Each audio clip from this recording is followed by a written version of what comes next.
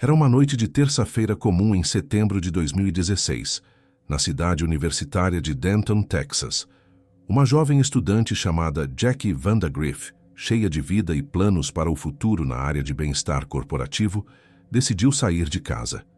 Ela estava animada, procurando um emprego e talvez novas conexões, chegando a tuitar sobre como era bom sair dos aplicativos de namoro e viver o mundo real. As câmeras de segurança a capturaram rindo, conversando e eventualmente saindo de um bar sob uma chuva torrencial acompanhada de um estranho. Ninguém sabia, mas aquela seria a última vez que ela seria vista com vida. Poucas horas depois, na manhã seguinte, o corpo de bombeiros foi acionado para um parque isolado a quilômetros dali. O que parecia ser apenas um incêndio florestal revelou algo muito mais macabro dentro de uma piscina infantil de plástico derretida. Restos humanos irreconhecíveis. Não havia rosto, não havia identidade imediata, apenas a brutalidade de um crime que parecia não ter sentido.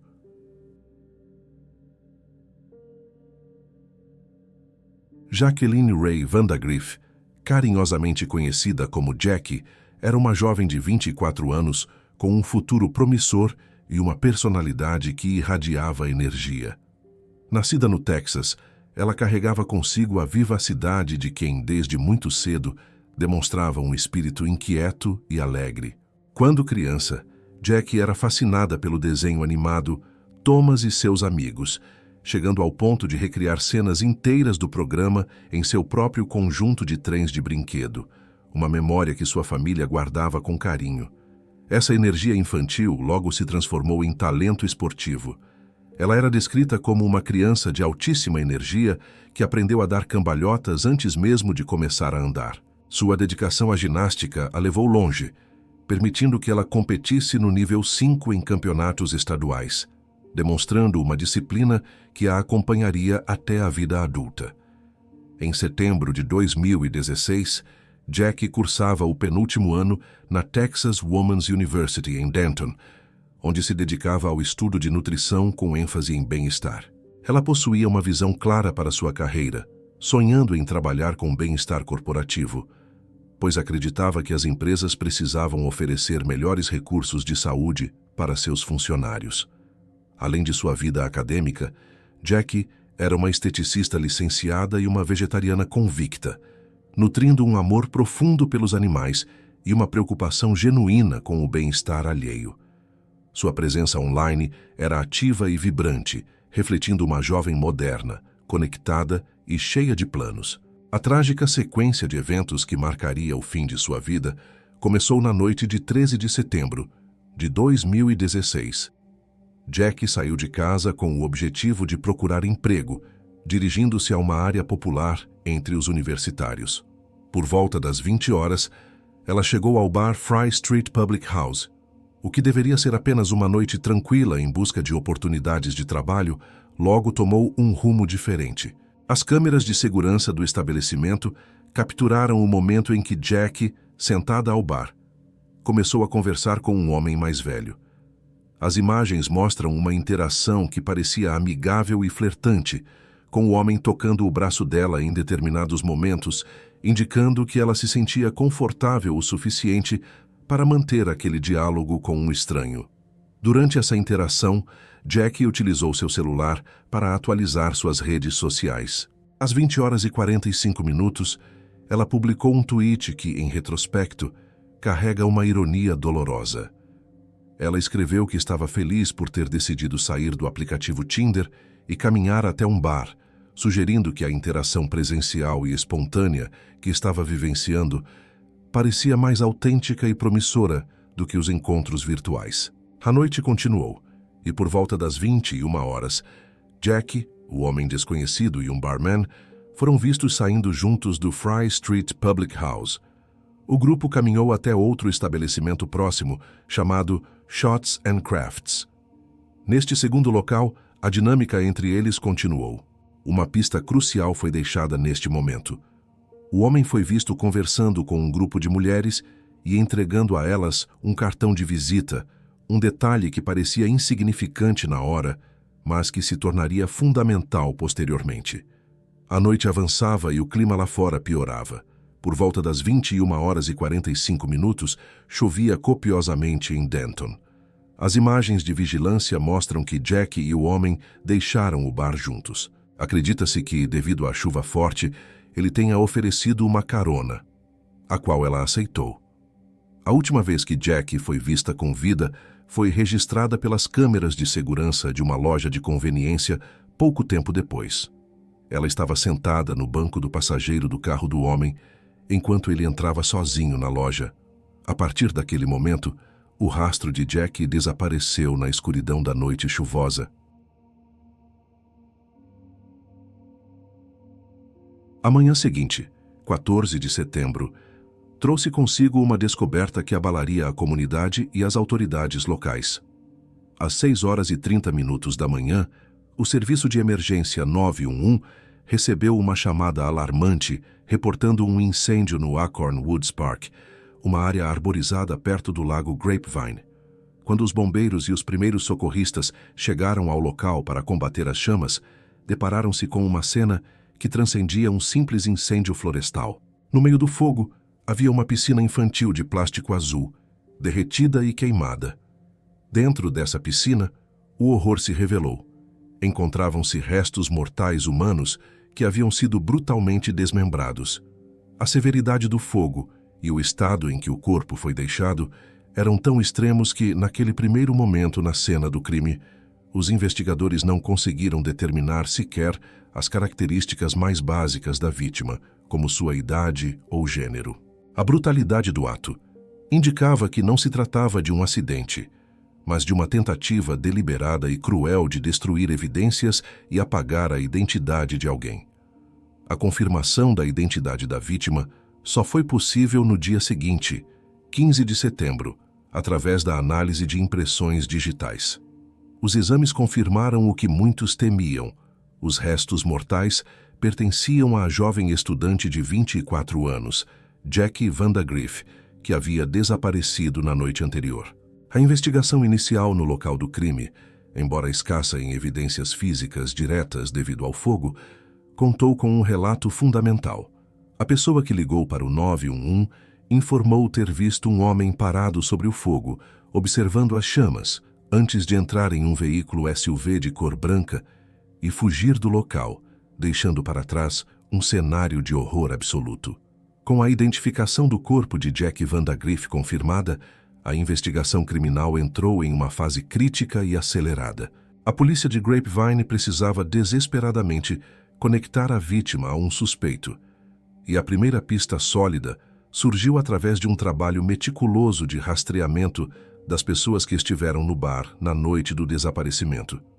Os investigadores voltaram sua atenção para o grupo de mulheres que havia sido visto conversando com o homem misterioso no bar Shots and Crafts. Uma dessas testemunhas possuía uma peça-chave de evidência, um cartão de visita que o homem havia lhe entregado durante a conversa. O cartão identificava o indivíduo como um instrutor de fitness, o que permitiu à polícia chegar rapidamente a um nome: Charles Bryant. Charles Bryant era um homem de 30 anos que trabalhava como bartender no Urban Cowboy, um bar local, e também atuava como personal trainer. Com o suspeito identificado, as autoridades voltaram-se para a análise forense digital e telefônica, para estabelecer uma ligação física entre ele e a vítima. Os dados das torres de celular revelaram uma trilha digital incriminadora. O telefone de Jack havia emitido sinais em torres localizadas nas proximidades da residência de Charles, na cidade de Hazlet, logo após ambos terem saído do bar. Mais especificamente, o rastreamento indicou que o celular dela viajou até a casa dele naquela fatídica noite de 13 de setembro, colocando a vítima e o suspeito no mesmo local geográfico durante a janela de tempo crítica do crime. Além da localização física, a atividade online nas contas de Jack e Charles após o crime adicionou uma camada perturbadora à investigação. No dia 15 de setembro, quando Jack já estava morta e seu corpo havia sido descoberto, uma mensagem bizarra foi postada em sua conta no Twitter. O texto dizia: "Nunca soube que poderia me sentir assim." Essa postagem foi um sinal claro para os investigadores de que o assassino estava em posse do telefone da vítima e o estava utilizando para confundir as autoridades ou, de forma sádica, manipular a narrativa. Paralelamente, Charles fez postagens em seu próprio Facebook na noite do crime, que denotavam um estado mental alterado e perigoso. Às 23h56 do dia 13 de setembro, ele escreveu: "Vou te ensinar truques que vão explodir sua mente." 2 dias depois ele postou: "Lua cheia. Vamos ver em que problemas posso me meter." Essas mensagens digitais pintavam o retrato de um homem que não apenas não demonstrava remorso, mas parecia se vangloriar de suas ações. Ao aprofundar o levantamento do histórico de Charles Bryant, conhecido como Background Check, a polícia descobriu um padrão de comportamento alarmante que escalara recentemente. Havia uma ordem de restrição ativa contra ele, solicitada por outra estudante universitária chamada Caitlin Matisse. O contexto desse stalking era fundamental para entender a psique do suspeito. Charles e Caitlin, que tinha apenas 18 anos na época, haviam namorado brevemente por cerca de 3 meses. Após o término do relacionamento, Charles tornou-se obsessivo e incapaz de aceitar a rejeição. Seu comportamento incluiu invasões aterrorizantes à privacidade dela.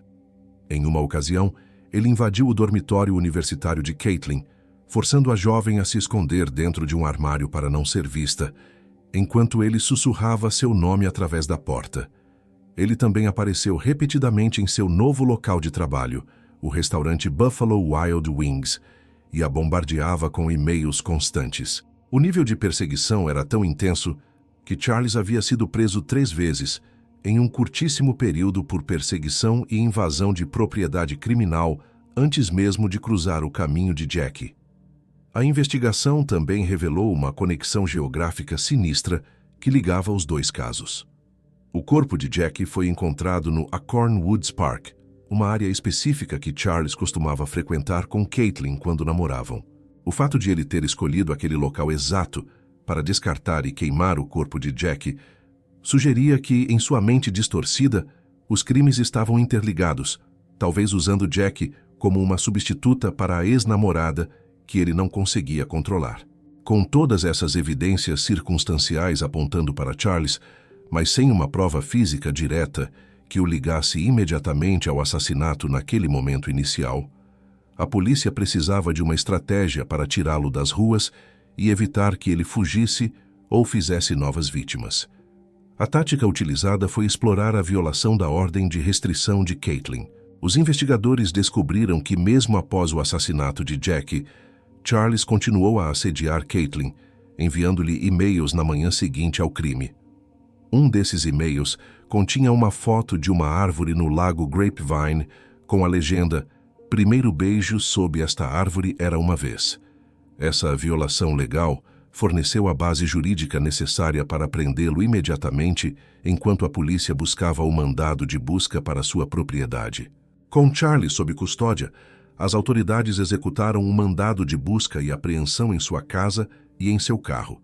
E o que encontraram foi uma montanha de evidências físicas. No quintal da residência, os detetives notaram imediatamente uma mancha circular de grama morta, indicando que algo havia sido colocado ali por um tempo e depois removido. O tamanho e a forma coincidiam perfeitamente com a piscina infantil azul onde o corpo de Jackie foi encontrado queimado. Quando questionado anteriormente por seu colega de quarto sobre a escavação no quintal, Charles havia mentido, alegando que estava construindo um lago de carpas, uma fachada para encobrir a preparação ou ocultação de provas. A análise das câmeras de circuito interno de televisão, ou CCTV, de estabelecimentos comerciais locais preencheu as lacunas sobre as ações de Charles após o crime. Vídeos de vigilância capturaram imagens dele dentro de um Walmart às 4 horas da manhã do dia 14 de setembro.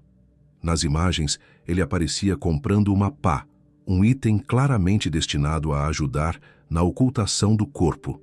Além disso, outras filmagens mostravam Charles em um posto de gasolina na mesma manhã, comprando combustível que foi utilizado como acelerante para atear fogo aos restos mortais de Jackie na piscina infantil. Dentro da casa e no lixo de Charles, os itens recuperados foram devastadores para sua defesa.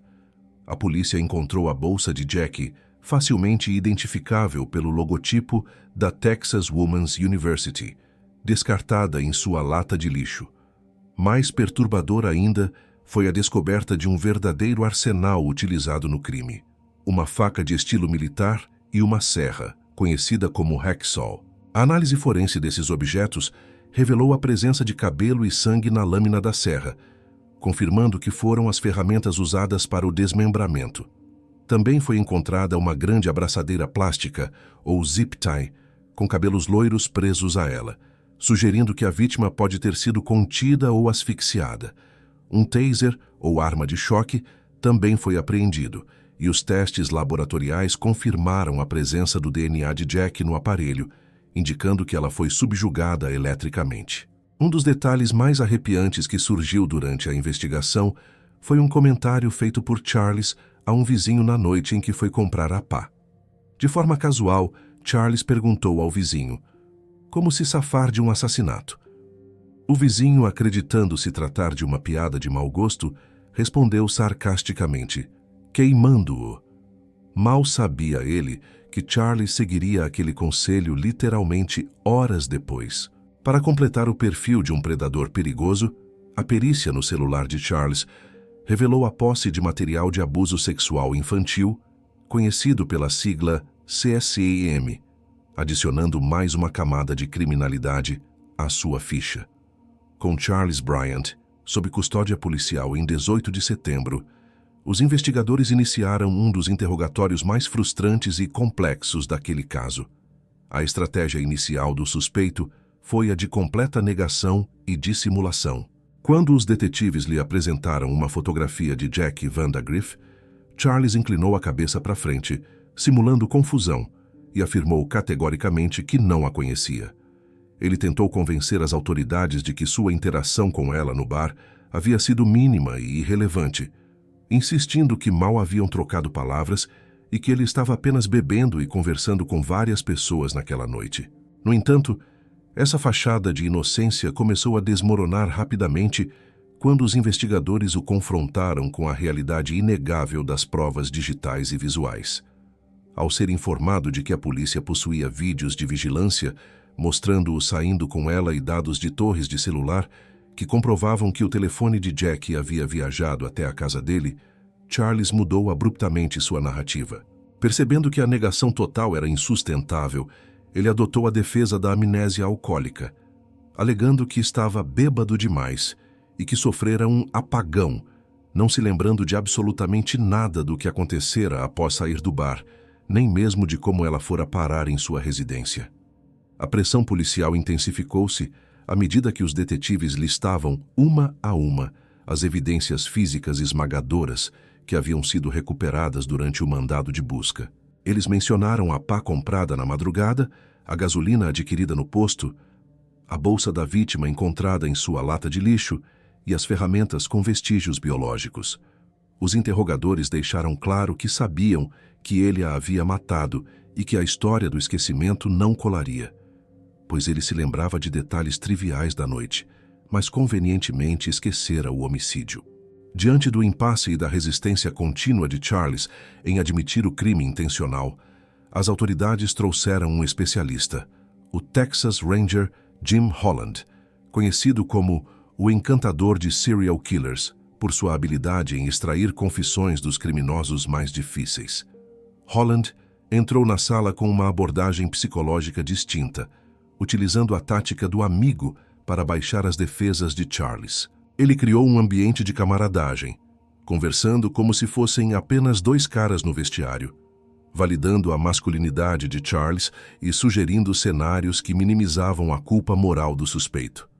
O Ranger Holland sugeriu que talvez a morte tivesse sido um acidente, ou que Jackie tivesse ficado agressiva, ou até mesmo que fosse um caso de legítima defesa, oferecendo a Charles uma saída honrosa para explicar o cadáver. Ele usou frases coloquiais culpando as garotas e as complexidades dos relacionamentos, para fazer Charles sentir que estava sendo compreendido por um igual e não julgado por um policial. A estratégia funcionou. Charles, sentindo-se seguro com essa narrativa induzida, começou a ceder e abandonou a história do apagão. Seguiu-se então uma confissão parcial e perturbadora. Charles admitiu que Jack havia ido para sua casa naquela noite e começou a descrever o processo gráfico de como tentou se livrar do corpo. Ele detalhou como desmembrou a jovem e tentou queimá-la na piscina infantil em seu quintal, confirmando a autoria da ocultação do cadáver e a veracidade das evidências encontradas.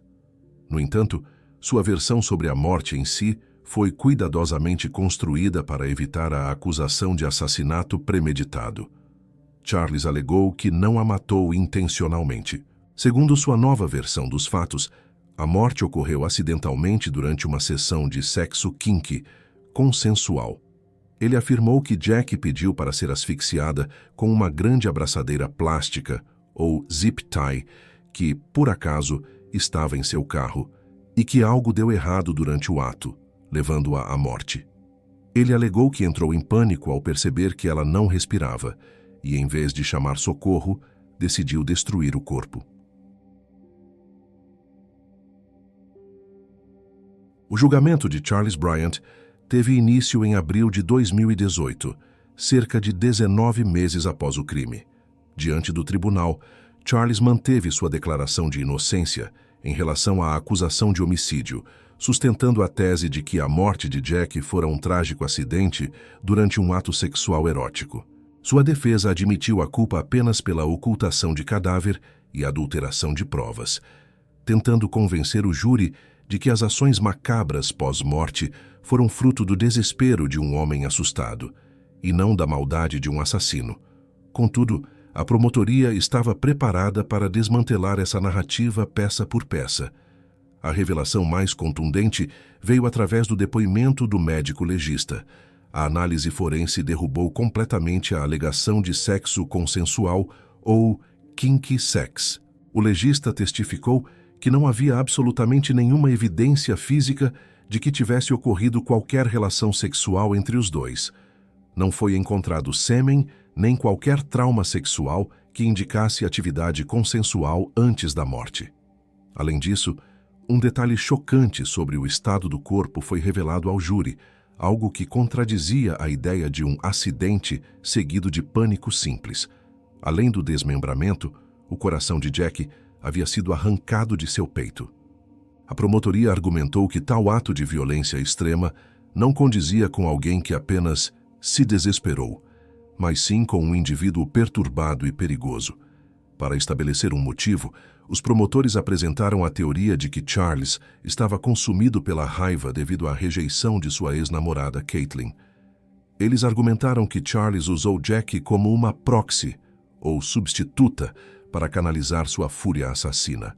A acusação destacou a semelhança física entre as duas jovens e o fato de que o crime e o descarte do corpo ocorreram em locais geograficamente ligados a Caitlin e ao relacionamento anterior deles.